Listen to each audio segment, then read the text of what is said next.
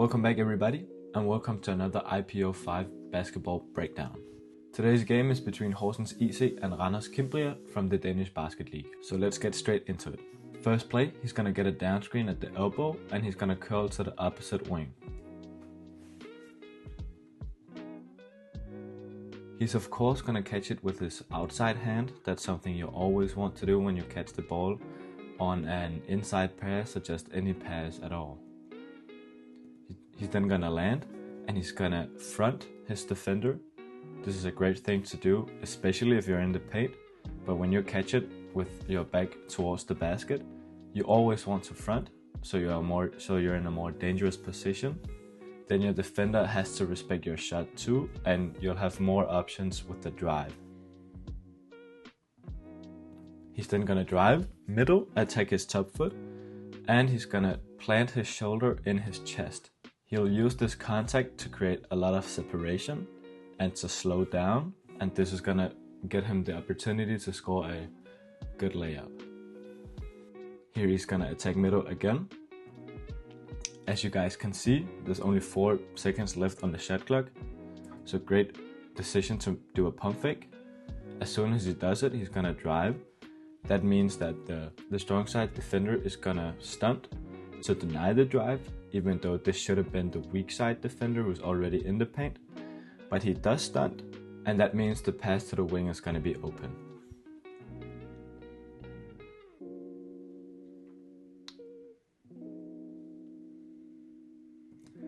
One thing that I think is important to mention is how a motion offense usually works. So in this case, I know there's a lot of errors, but stick with me.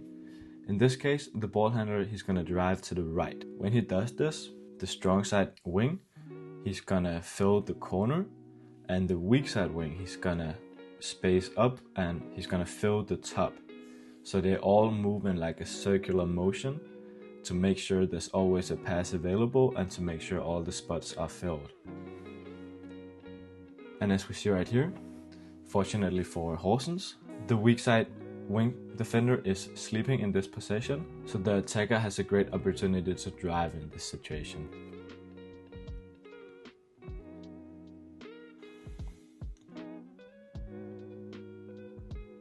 So Randers, they were just in transition, and in transition they ended up getting a mismatch. So number 5 from Randers, he's got the point guard guarding him and he has a size advantage.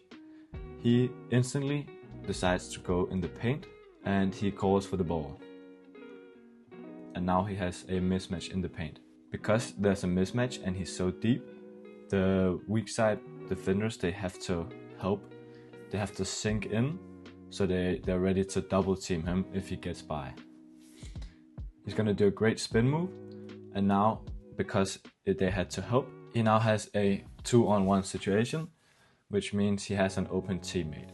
Currently the guy in the corner is the open one, but the defender's gonna go to the corner and then it ends up being a swing. So great offensive possession, acknowledging the mismatch in the transition, getting him the ball, and then passing it out when he's double teamed, and then the extra pass. Okay, so this is something I don't like seeing. He's currently trying to get a handoff to his teammate in the corner. He's already being pressed very far out towards the sideline, and his defender is denying the handoff. Instead of forcing this handoff, this has to be either a ball reversal or just the retreat dribble to get some extra space. Instead, he's gonna try and force the handoff, even though his defender is denying it completely, but he's already picked the ball up, so it's now difficult for him to reverse the ball. And it's of course gonna end up in a turnover.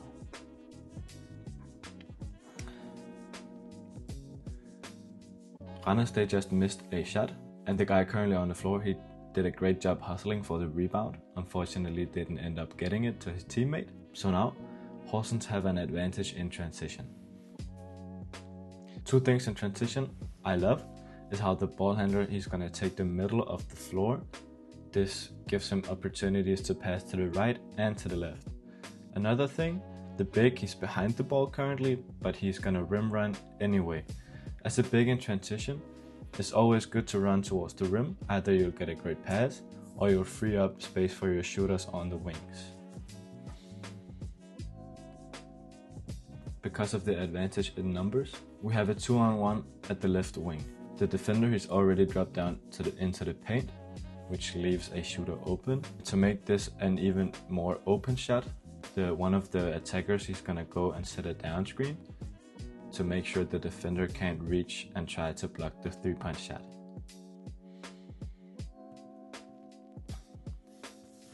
Instead of shooting it, he's gonna attack the closeout, and the guy who set the screen, he's gonna cut, or he's gonna space out towards the corner to fill that gap.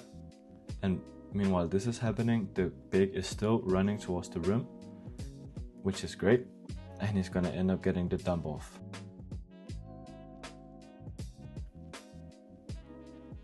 So this time the wing will get it, and it's gonna be a simple play but effective. It's gonna be a back screen, and he's just gonna cut towards the basket and get a great pass. Let's try and replay the clip and see what Randers could have done differently on defense. I have two options as to what Randers could have done differently on defense. Either I would have wanted the big guarding the screener to just drop down a bit to try and deny the pass, or I would have taken the weak side corner defender and I would have placed him a bit closer to the ball, maybe with 1 or 2 feet in the paint, to also try and deny the pass. Anything to just get a body in the paint to make sure they don't get such an easy layup.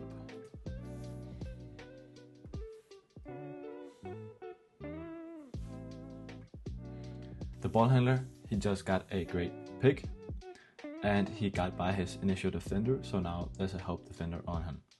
The help defender happens to be a great shot blocker, so this will no matter what be a difficult layup.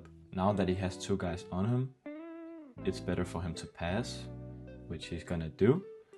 He'll pass it to number 4, and it's almost gonna be a great layup. Great contest by the defender though.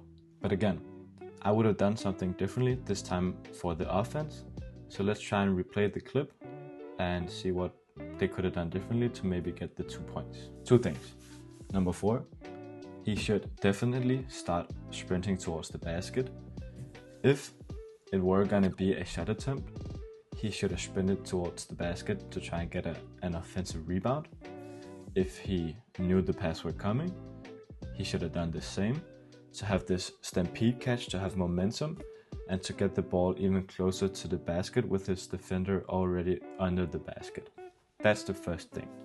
The second thing, you see that the strong side corner is currently cutting middle. It's a great cut, just not on this exact position, because it's going to crowd the paint too much and make the layup more difficult than it should have been. So instead of cutting as the strong side attacker, I would have just moved along the 3-point line, somewhere where I could get the pass if the pass to the big wasn't there.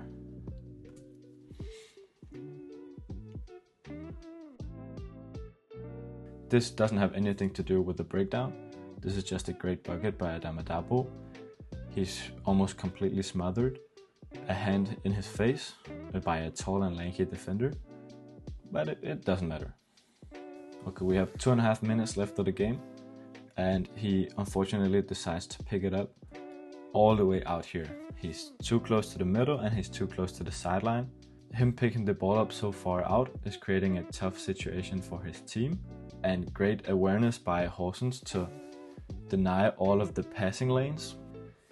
He's gonna try and get a pass, but it's gonna be stolen, and it's gonna be 2 very easy points for Horsens in a close game with only 2 minutes left. Alright, Dabo, he just got by his initial defender, and we know who's very dangerous in the mid-range, so understandably the strong side defender, he's gonna stunt. When he does this, he has his back completely turned to his man. Whenever you see your defender with your back turned towards him and with this much space between you and him, you always want to do a backdoor cut.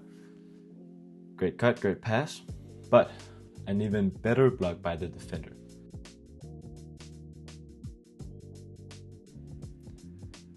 So what I like about this play is that the big is rim running all the way down the court, and it's a perfect example of how defense turns to offense. Another highlight, not so much a breakdown, but look at this shot. He's gonna catch it, instantly go up for the shot. I think his feet are almost touching. Anyways, he's gonna shoot it. He's gonna lean. It's a fadeaway 2. Doesn't matter. It's a 3. Last possession of the game. They're behind by 2, no timeout, so he's gonna sprint down the court. Great decision. Notice how in the top left corner, there's still 2.5 seconds left of the game. So you do have time to give this dump off pass. I believe the big would have a better opportunity to score and to maybe tie the game to go into overtime. Unfortunately, it doesn't hit, and the game ends, and so does the video. Thank you for watching. I hope you enjoyed the content. I definitely enjoyed making it, and I'll hopefully see you guys in the next video. Peace out.